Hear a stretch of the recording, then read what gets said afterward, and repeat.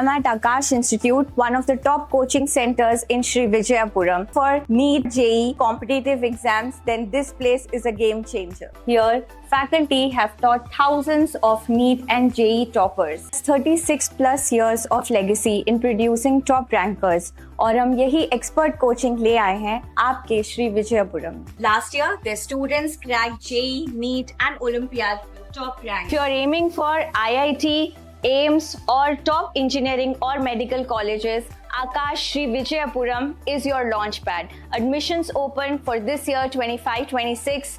For more details, contact us today. Wait, have you seen this?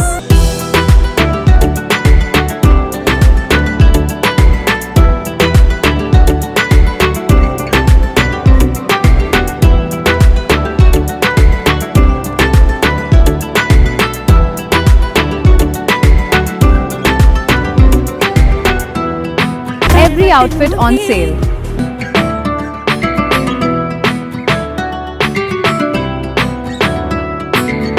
Manoj पल बोल रहा था वहाँ पे रेट बढ़ गया, वैसा ऐसा कुछ नहीं है, ऐसा सब कुछ नहीं है, सब बराबर ही चल रहा है। वो सब उनको पता है, पता नहीं कि ये गाड़ी के बारे में पता है कि नहीं पता नहीं, अनाप शनाप बोल रहा है। बस में जो कार्गो जाते हैं वो भी तो इलीगल है ना, तो ड्राइवर को अगर कुछ हो गया इसका जिम्मा कौन लेगा? तो अभी वेट ब्रिज बैठा है, उसे वेट करके बराबर वेट करके जाना और वेट स्लिप को कंपलसरी करना।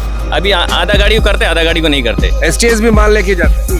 जी जी STS भी लेके जाता है। मालिक लो आप चढ़ाओ, एक वेट एक्स्ट्रा डालो, हम देख ले करके बोल के वेट ब्रिज में वेट कर दिया। पछता कौन है हम लोग? अभी हम गाड़ी चलाता 3 बार हो गया तो मेरा लाइसेंस सस्पेंड है। हमारा भी प्रयास रहेगा कि हम कुछ दिन माइल तिलक के वहाँ सुबह सुबह जाएं और देखें कि क्या हमारी RTO वहाँ पे सही तरीके से काम कर रही है या नहीं कर रही है। जय हिंद, मैं यामीन न्यूज़ अंडमान 24/7 में आप सभी का स्वागत करता हूँ।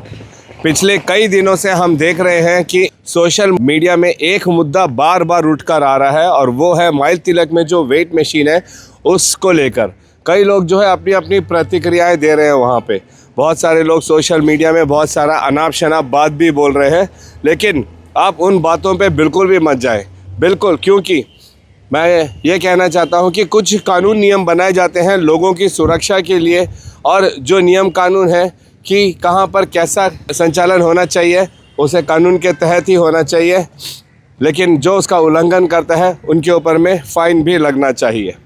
ऐसे जो वेट ब्रिज का जो मामला है माइल तिलक में, वो अभी बढ़ता ही जा रहा है, क्योंकि खासकर उस रास्ते से गुजरने वाले जितने भी कार्गो गाड़ियां हैं, फिर चाहे वो छोटा पिकअप क्यों ना हो या फिर 4 पहिया 6 पहिया या 8 पहिया बड़ी बड़ी ट्रकें।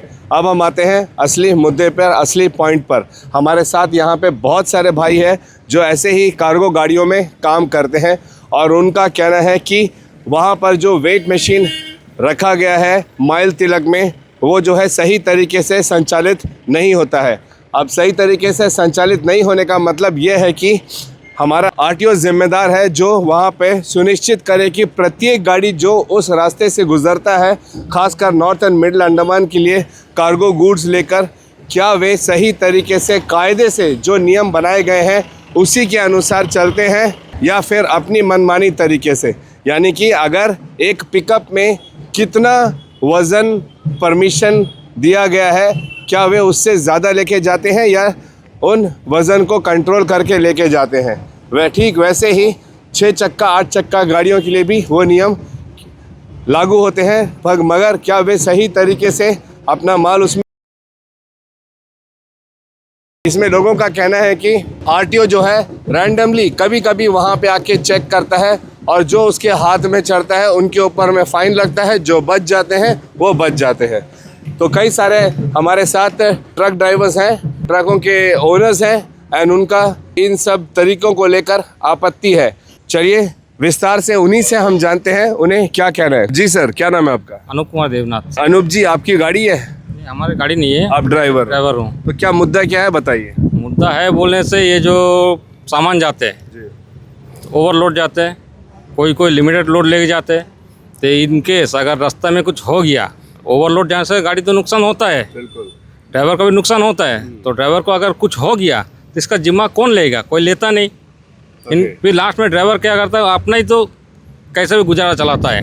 तो इस तरह ओवरलोड नहीं जाना, अपना गाड़ी या दूसरा गाड़ी, हर गाड़ी में कोई गाड़ी में ओवरलोड नहीं जाना, ये चीज़ हम रिक्वेस्ट है आरटीओ से कि सबका चेकिंग कीजिए, जिसका ओवरलोड है उसको।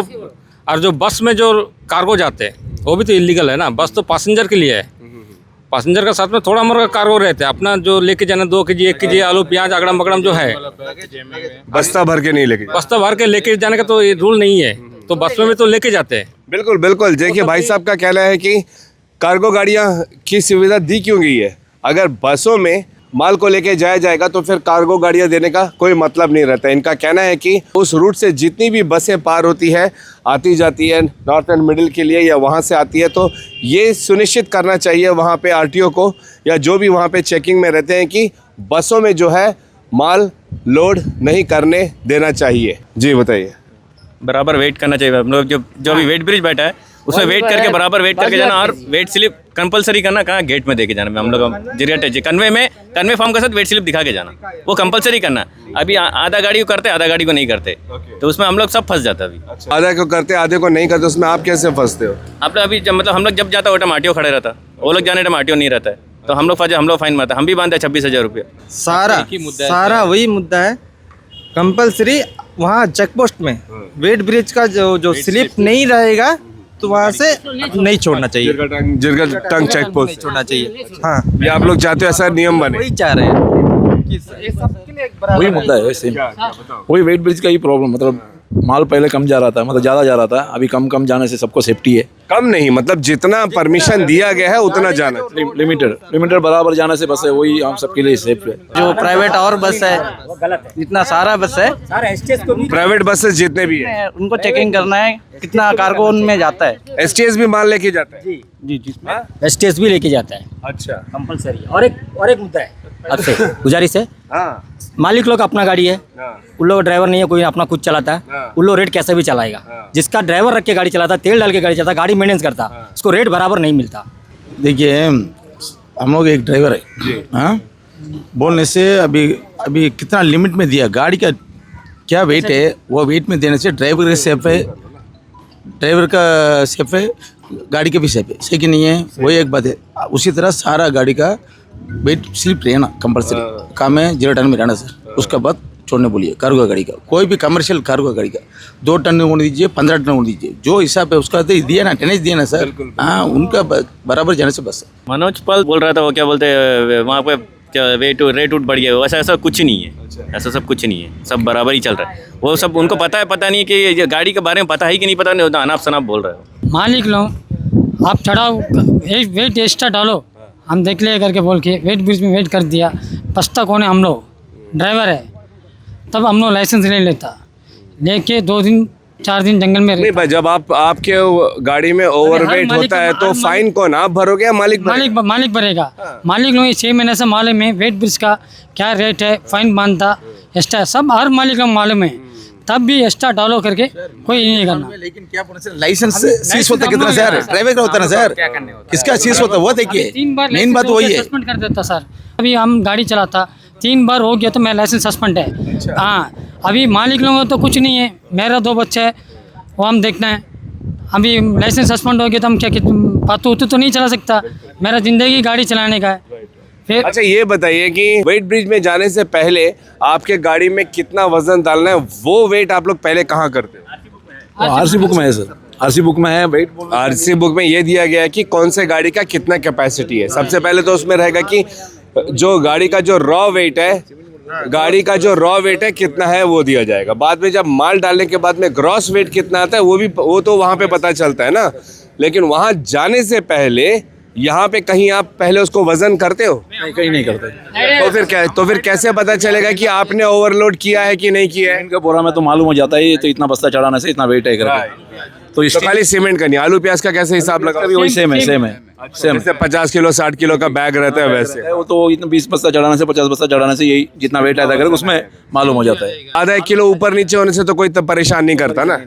परेशानी नहीं है। जैसा रिटर्न भी आता है जो भी हो रहा है, ये ड्राइवर के ऊपर नहीं आना। लाइसेंस सब ये सब जा रहा है ना, जैसे एक बार इंक्वायरी एक बार शो कर दिया, 2 बार शो कर दिया, तीसरा बार फिर तो सस्पेंड ही हो जाता है। ये मुद्दा भी भाई साहब ने बहुत सही कहा है। देखिए गलती इसमें ट्रक के जो मालिक है उनका होता है। वो अभी एक भाई साहब कह रहे थे कि उनके उनके जो ओनर हैं वो कहते हैं कि चढ़ा के लेके जाओ, जो होगा देखा जाएगा। लेकिन वहाँ जाने के बाद में तकलीफ़ किसको होती है? जो 20-25 हज़ार रुपये का फ़ाइन चढ़ता है, वो मालिक के लिए जो लाखों रुपए कमाता है उसके लिए कोई बड़ी बात नहीं होती है, वो फ़ाइन दे के अपनी गाड़ी को निकलवा लेगा वहाँ से। लेकिन जो ड्राइवर होता है वो नोटेड हो जाता है, उसका लाइसेंस को इन लोग नोट कर लेते हैं और 3 बार अगर उसके इसी उल्लंघन में पाया जाता है तो उसका लाइसेंस सस्पेंड कर दिया जाता है। अब बताइए, इसमें गलती किसी की है मगर उसका सज़ा किसी और को भुगतना पड़ता है, ये कहाँ तक जायज़ है? ऐसी बहुत सारे मुद्दे हैं। और इससे बड़ी बात मैं आपको बताना चाहूँगा कि अगर कानून नियम बनता है तो वो जनता के हित के लिए ही बनता है। अगर एक सपोज़ एक टिप्पर है, उसका एक कैपेसिटी है कि वो इतना ही वज़न लेके जा सकता है, ओवरवेट करने से गाड़ी को तो नुकसान होगा, उसके इंजन को प्रॉब्लम होगा, साथ में जो रास्ते होते हैं वो रास्ते भी डैमेज होंगे। इनके जो बड़े बड़े टायर्स हम देखते हैं ये काफ़ी महंगे होते हैं, इनका टायर ब्लास्ट हो सकता है, पंचर हो सकता है, ऐसी बहुत सारी परेशानियों का सामना इनको करना पड़ता है। चंद हज़ार रुपये कमाने के लिए हज़ारों रुपये अगर इनका सिर्फ इन सारे डैमेजेस को भरने में चला जाएगा तो इंसान फिर काम ही क्यों करेगा। और बहुत बड़ी बात यह है कि इसमें जो ड्राइवर जिनका कोई कसूर भी नहीं होता है उनको इसका भुगतान करना पड़ता है। कुछ लेबर भाई भी हैं हमारे साथ में, आप क्या कहना चाहते हैं? पहले तो एक गाड़ी में मतलब 20 से 22 टन तक माल जा रहा था, मतलब कि 3 गाड़ी का माल एक से एक गाड़ी में लोड हो जा रहा था जी। पहले तो नीचे वेट सामान डाल के उसमें से फिर ऊपर पैकेट डाल के मतलब मैक्सिमम 3 गाड़ी का चाहे 2 गाड़ी का माल एक साथ चला जाए, क्योंकि उसमें हम लोग का ही लेबर का ही हो रहा था नुकसान, क्योंकि एक गाड़ी लोड करने के एक ही पैसा मिल रहा था। तो अभी इसमें से जब लोड कैपेसिटी हो जाएगा तो उसमें से हम लोग का जो लेबर जो अपना काम करके जो गुजार कर रहा है उसमें अभी 3 गाड़ी का माल एक गाड़ी में लोड करता है, एक ही पैसे मिलता है। अभी हम लोग उसमें से करेंगे तो अभी 3 गाड़ी का पैसा हम लोग एक साथ मिलता है, मतलब अलग अलग करके। मतलब एक गाड़ी में हम जो घंटा में लोड करते थे वो घंटा अभी हम लोग को उसी में एक दिन में हम लोग 3 गाड़ी लोड कर सकते हैं, तो उसमें हम लोग को 3 गाड़ी का पैसा मिल जाता है। उस टाइम हम लोग को नुकसान हम ही लोग हो रहा था, फिर भी हम लोग को अभी इतना दिन भर मजदूरी करी, एक गाड़ी में हम लोग को पूरा एक दिन लग जाता था जी। अभी हम लोग का 2 से 3 घंटे जैसा सामान जैसा सामने है वैसा करके लोड करके हम लोग निकल जाते थे। तो वही जो बोला वही मुद्दा है। इनका भी कहना है कि देखिए, अगर माल 3 गाड़ी का है और उसे एक गाड़ी में भरा जाएगा तो जो लेबर हैं उनका कहना है कि उनको पैसा जो है एक गाड़ी का भरने का ही दिया जाता है, जबकि माल वे 3 गाड़ी का काम कर रहे हैं। तो ये भी गलत है और ये भी उनके साथ में अन्याय हो रहा है। और वन साइड नहीं करी है, मतलब जो भी है यहाँ से जाता खाली वो चेकिंग नहीं, वहाँ से आता वो रोड भी चेक करिएगा। सर ये जो बात हो रहा है ना सर, ये बात देखिए सर 1 महीना 2 महीना होके बंद नहीं होना चाहिए, हमेशा रहना चाहिए सर। बिल्कुल। क्योंकि देखिए, क्योंकि ये सब जो काम होएगा ना, अभी ये सब हो रहा है मीडिया में चलेगा, रहने से भी कितना 6 महीने तक रहेगा, फिर जाके बंद हो जाता है, फिर वही शुरू हो जाता है। हाँ, फिर से वो ओवरलोड लेके जाता है। ये है हमारे आज के जागरूक नौजवान, देखिए, जो जानते हैं कि ऐसे हालातों में क्या होता है। इनका कहना है कि जब मुद्दा गर्माता है, ऐसा उठता है तो कुछ दिन के लिए सख्ती की जाती है, बाद में फिर इसमें ढिलाई हो जाती है और दोबारा से वही सारे चीज़ शुरू हो जाते हैं।